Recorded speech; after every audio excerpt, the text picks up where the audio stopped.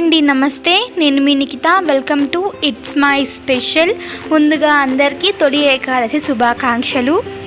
ఈరోజు మన ఛానల్లో తొలి ఏకాదశి స్పెషల్ పేలాల పిండి ఎలా తయారు చేయాలో చూపించిపోతున్నానండి.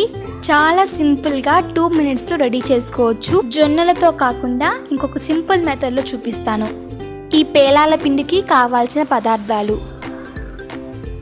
శనగపప్పు, ఒక 2 నుంచి 3 టేబుల్ స్పూన్ల బియ్యం, ఒక 4 టేబుల్ స్పూన్ల ఎండు కొబ్బరి, సన్నగా తురిమి పెట్టుకున్న బెల్లం, ఇక్కడ నేను 1 కప్పు దాకా తీసుకుంటున్నాను. యాలుకలు ఒక 3 నుంచి 4 దాకా సరిపోతాయి. ముందుగా స్టవ్ ఆన్ చేసుకొని ఇలా ఒక ప్యాన్ పెట్టుకోండి. ఈ ప్యాన్లో మనం ముందుగా తీసి పెట్టుకున్న బియ్యాన్ని వేసుకొని లైట్గా ఫ్రై చేయండి. జస్ట్ 1 నుంచి 2 నిమిషాల పాటు వేయిస్తే సరిపోతుంది. బియ్యం వేయించుకున్న తర్వాత ఇలా ఒక మిక్సర్ జార్ తీసుకోండి. ఈ మిక్సర్ జార్లో మనం ముందుగా వేయించి పెట్టుకున్న ఈ బియ్యాన్ని వేయండి. బియ్యంతో పాటు ఎండు కొబ్బరి మరియు యాలకులను వేసుకొని గ్రైండ్ చేయండి.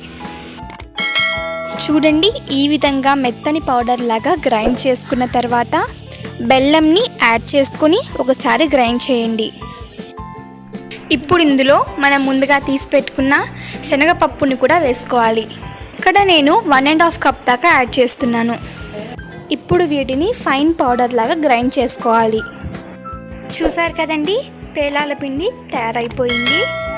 మనం ఇందులో బియ్యాన్ని ఎందుకు యాడ్ చేసామంటే ఉత్త శనగపప్పు యాడ్ చేయడం వలన తినేటప్పుడు నోట్లో అతుక్కుంటూ ఉండలు కట్టేస్తుందండి. అందుకే బియ్యాన్ని అయితే యాడ్ చేసాము. తొలి ఏకాదశి పండగని మనము తొలి పండగగా భావిస్తాం కదండి. ఈ పండగ రోజు ఖచ్చితంగా దేవుడికి ఈ పేలాల పిండిని చేసి నైవేద్యంగా పెడుతూ ఉంటారు. పేలాల పిండి చేసుకోవడానికి టైం లేనప్పుడు ఈ సింపుల్ ప్రాసెస్ని యూజ్ చేస్తే చాలా ఫాస్ట్గా ఈ పేలాల పిండి తయారవుతుంది. మా వీడియో మీకు నచ్చినట్లయితే ఒక చిన్న రిక్వెస్ట్ అండి.